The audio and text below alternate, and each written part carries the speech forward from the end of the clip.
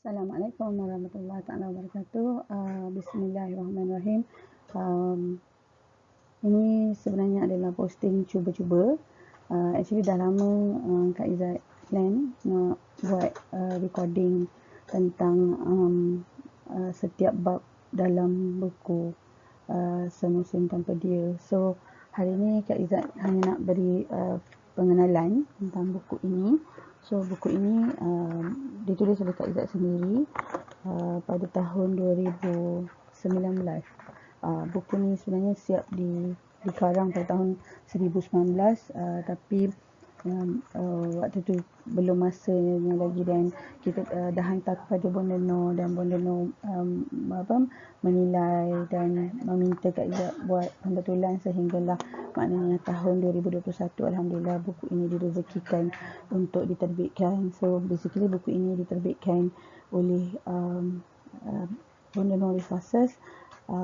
Asalnya kita nak nama yang tajuk yang Kak Izzat beri untuk buku ni ialah Dia Sentiasa Peduli. Dia sentiasa peduli ni kerana umum tahu yang Kak Izzat maknanya mengalami dua siri ujian lah, beberapa siri ujian yang maknanya one after another, dan pada setiap ketika itu Allah masih peduli dan masih mempamerkan kasih sayangnya kepada kami sekeluarga. Jadi itulah sebabnya asalnya Kak Izzat pilih tajuk Dia Sentiasa Peduli untuk buku ini. Tetapi setelah melalui proses penilaian oleh panel penilai Bonda Noor Resources, Bonda Noor dan para penilai mencadangkan supaya buku ini diberi tajuk Semusim Tanpa Dia, iaitu mengambil salah satu daripada bahagian yang Kak Izzat masukkan dalam buku ini sendiri.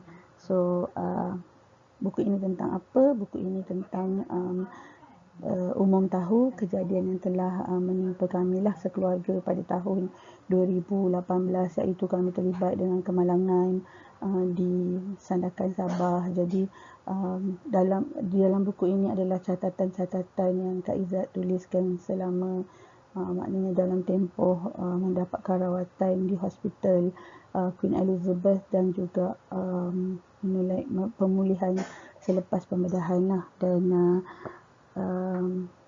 mulanya buku ini hanya mengandungi bab-bab berkenaan dengan peristiwa berkenaan, tetapi setelah melalui proses penilaian oleh editor, oleh Bonda Noor, jadi Kak Izzat disarankan untuk menambah bab lah dalam buku ini, dan menceritakan pula ujian didiagnos dengan barah yang pada September 2019. Jadi dalam buku ini ada dua bahagian, iaitu yang pertama menceritakan tentang kemalangan, dan yang kedua menceritakan maknanya pasca kemalangan, termasuklah ketika melalui siri rawatan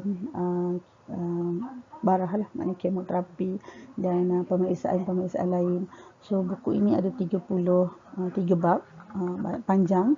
So insyaAllah rancangannya ialah Kak Izzat nak kongsikan pada setiap entry setiap satu bab, maknanya bab pertama, dan kita akan kupaskan bab kedua, bab ketiga, sehinggalah ke akhirnya. Right, untuk kali ini Kak Izzat hanya ingin kongsikan bicara Bonda Noor dalam buku ini.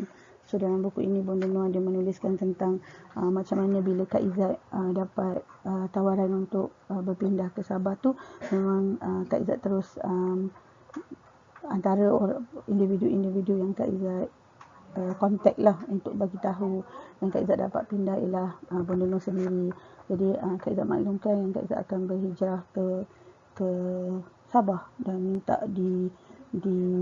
didoakanlah. Dan pada waktu itu Akademi Bonda Noor merancang untuk menganjurkan seminar mega penulisan Bonda Noor yang pertama kali di Johor kalau tak silap.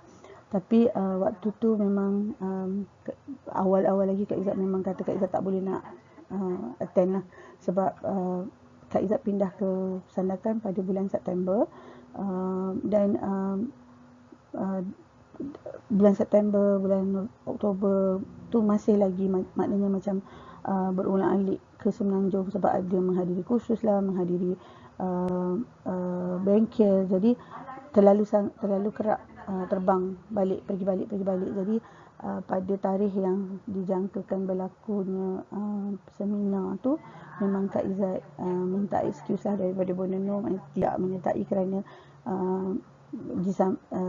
di samping terlalu dah kerap terbang balik, kami juga pada waktu itu dijadualkan akan pergi mengikuti lawatan kontekstual anjuran Politeknik Sandakan ke Kudat. Jadi of course lah, sebagai orang yang baru tu kita memang nak pergilah, kita nak pergi berjalan kan, kita nak rasa tempat orang dan hari keluarga, jadi kita bawa keluarga kita.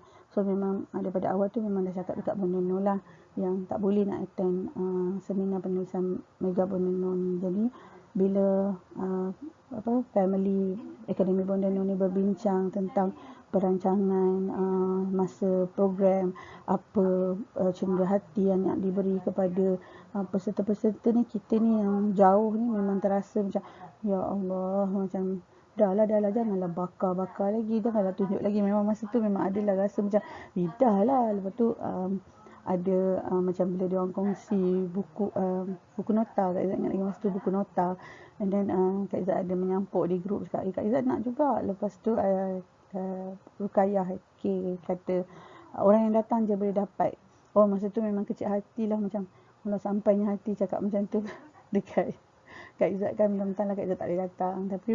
Tapi begitulah maknanya, sehinggalah hari kejadian tu memang kita mengalami kemalangan itu. Dan seperti yang ramai dah tahulah, memang